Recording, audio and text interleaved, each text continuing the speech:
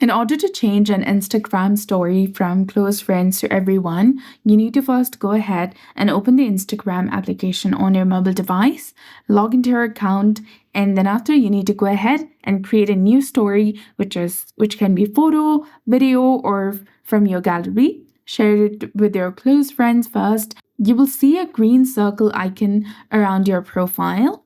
Instagram does not let you directly switch your story's audience after posting. To share it with all followers, you need to go ahead and tap on this green icon in the top right corner of your screen. Tap on Edit Your Close Friend List. And from here, you need to add all of your other followers to your close friend list and then tap on Done in the bottom, which is highlighted in blue color. And now share your story. Everyone on that list will be able to see it.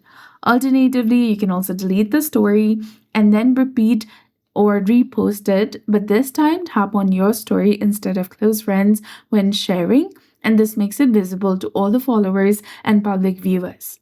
You can use these methods to manage who views your Instagram stories. So that's it. I hope you found this video helpful. If you did, please like, share, and subscribe. Thanks for watching. We'll see you again in the next one.